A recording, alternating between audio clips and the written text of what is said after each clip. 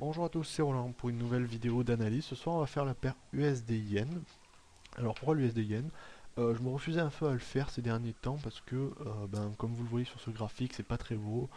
Ça se prête pas vraiment trop au trading, hein, quand même, hein. Vous regardez, regardez cette zone affreuse là. C'est pas évident, hein. Honnêtement, des interventions, enfin, la banque du Japon, c'est pas très joli. Puis même en dehors de ça, quand on regarde les bougies, elles sont pas magnifiques.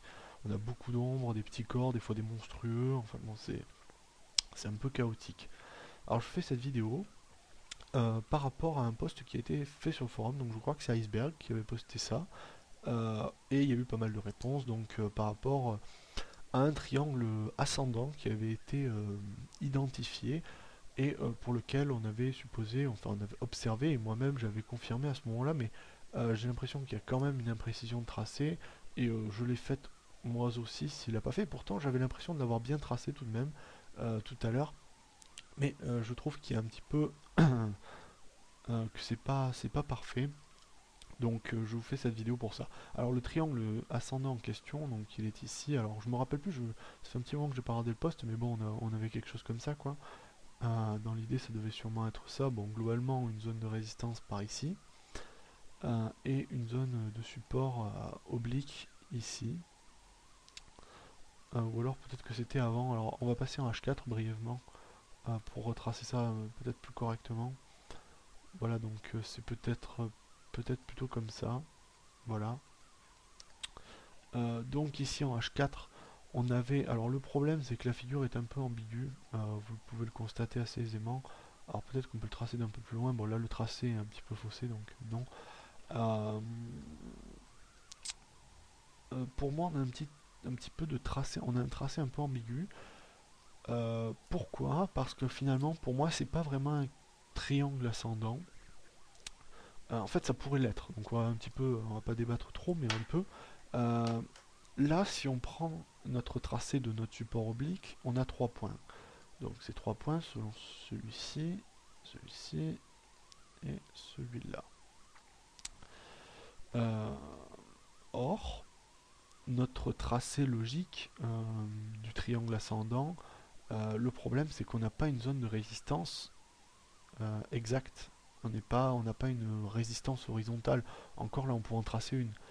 Euh, le souci c'est que pour moi, on n'a pas véritablement un triangle ascendant dans la mesure où les derniers plus hauts ici ne sont pas du tout alignés. Ils sont assez, enfin, il y a une petite latence, mais ils sont pour moi pas alignés.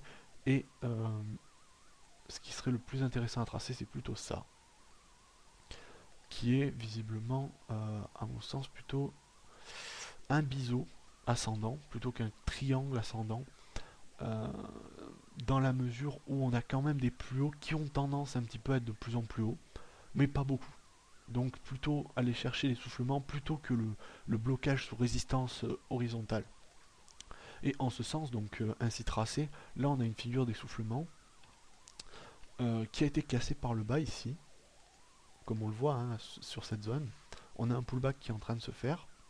Mais alors là, je vais dire méfiance, danger. Pourquoi? Parce que on a d'autres figures qui se tracent. Alors vous voyez, c'est une zone. Comme j'ai dit, je refusais un petit peu à faire des vidéos sur cette paire ces derniers temps parce que c'est vraiment très dur à analyser. Euh, on a des plus bas partout, des plus hauts partout. Et là, si on veut, on peut tracer une autre droite si on a envie de se faire plaisir. Et comme par enchantement, vous voyez ici, on a globalement notre biseau est en train de pourrait se reformer, je dirais. On a une cassure de droite. Le problème, c'est qu'on a une cassure de cette droite qui est ici, donc que je vais matérialiser dans une autre couleur de manière à ce qu'on la voit plus aisément. On va la mettre en plus gros, voilà.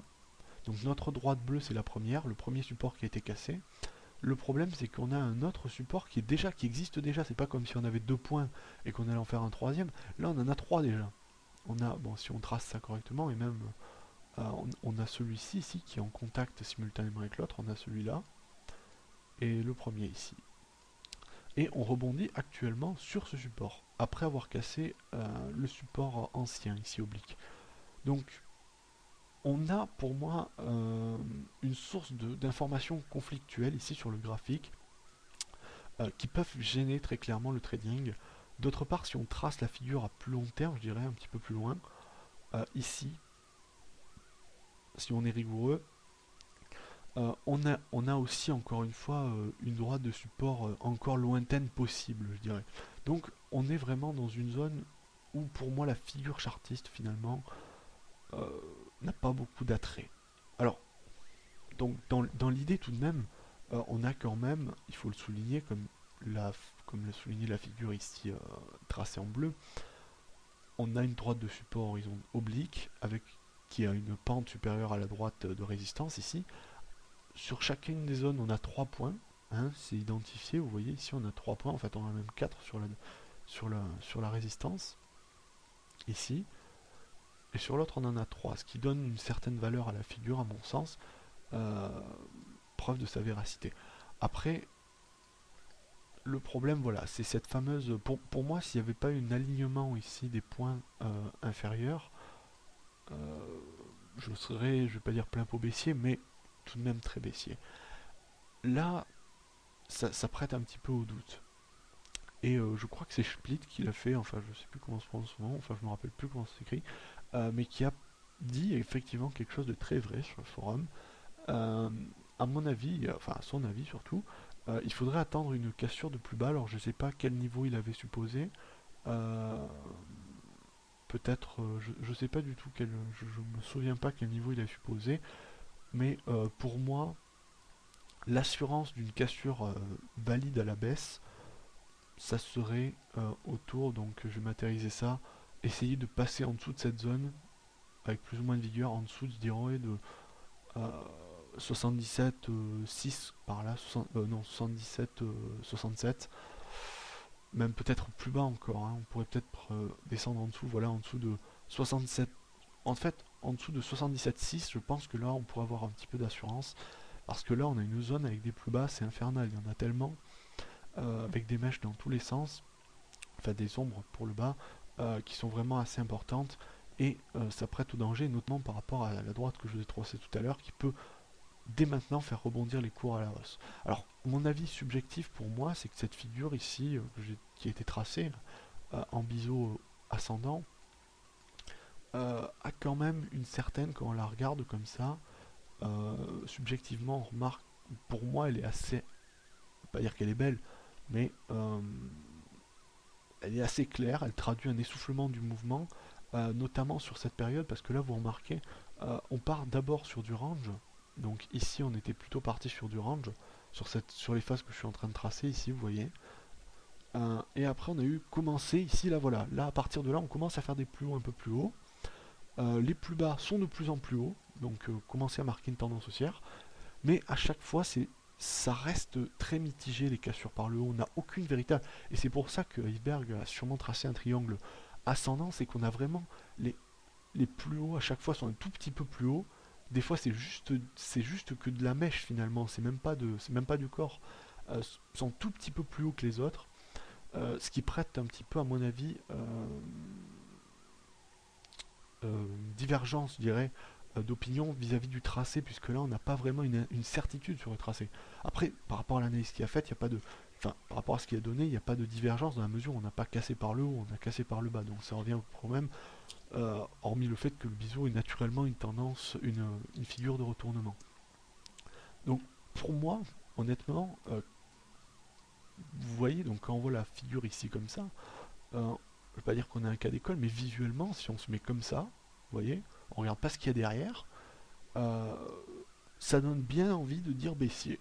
Je ne peux pas m'empêcher de vous le dire. Mais après, voilà, on n'a aucune certitude. Vraiment, on n'a aucune certitude. Enfin, on n'en a jamais, mais là, on n'a aucune. Je dirais, on peut pas avoir un avis tranché. Au-dessus de ce niveau, on peut pas avoir d'avis tranché. Vous voyez, il y a de l'agitation hein, quand même, hein, parce qu'on est sur du H4 et la bougie réagit pas mal. Euh, mais bon, je, je pense qu'on peut pas être. Je vais pas vous dire d'acheter ou de vendre, enfin sûrement pas d'acheter. On peut toujours acheter parce que là on peut jouer le range finalement. Hein. Sur cette période, on peut considérer que ce n'est pas un biseau, que c'est seulement une figure de range. Et ici on aurait les bornes supérieures, ici la borne inférieure, et au contact on pourrait rentrer long pour essayer de remonter en haut pour aller chercher la borne supérieure. Mais pour moi cette figure de biseau gêne un petit peu la donne. Ici, elle est assez bien tracée. Le problème, c'est qu'on a, voilà, comme je vous dis, si on remonte un peu sur les unités de temps, si on revient un peu plus loin, enfin là, on va pas remonter, il n'y a pas besoin, mais on peut avoir une figure plus loin qui peut faire rebondir encore. Ici, vous voyez, si on trace avec une certaine précision, on est sur un point de support. Mais là, vraiment, il y a une imprécision et moi, je préfère partir sur des figures parfaitement tracées de manière à ce qu'il n'y ait pas d'ambiguïté parce que vous savez, on peut toujours être tenté de tricher. Tiens, là ça touche pas. Il serait plutôt préférable de garder un avis objectif en traçant ces figures proprement. Donc là, pour moi, tout simplement, c'est indécis avec un biais plutôt baissier, je dirais. Euh, Baissier par rapport à cette figure, mais juste un biais, c'est-à-dire je vais pas avoir genre une opinion qui va plutôt tendre à la baisse. Après, j'aurais pas, j'aurais aucunement les capacités de prendre une position sur quelque chose comme ça, quoi. Voilà. Après, que dire? Eh bien, tout simplement si on veut shorter, il faut attendre, à mon avis, passer sous cette zone des 77, 6, je dirais, en fait, hein. Même 61 à peu près. En passant dessous, même peut-être un peu avant, ça dépend de la force du mouvement. Si on a vraiment euh, une bougie clairement baissière qui part, là, je pense qu'on pourrait passer comme baissier, parce que vous remarquez que dans la zone ici, il n'y a aucune bougie clairement baissière dans ce niveau-là, hein. À chaque fois, c'est une zone d'hésitation. Donc là, si on a de l'hésitation dans cette zone, là, il faudra faire attention à un rebond potentiel. Par contre, si on a une bougie rouge très marquée, on aura peut-être l'aveu de la perte des haussiers et la reprise en main des baissiers sur le marché. Donc pour l'instant, je rappelle, indécis avec une opinion subjective baissière. Voilà, j'espère que cette vidéo vous aura plu et je vous dis à bientôt.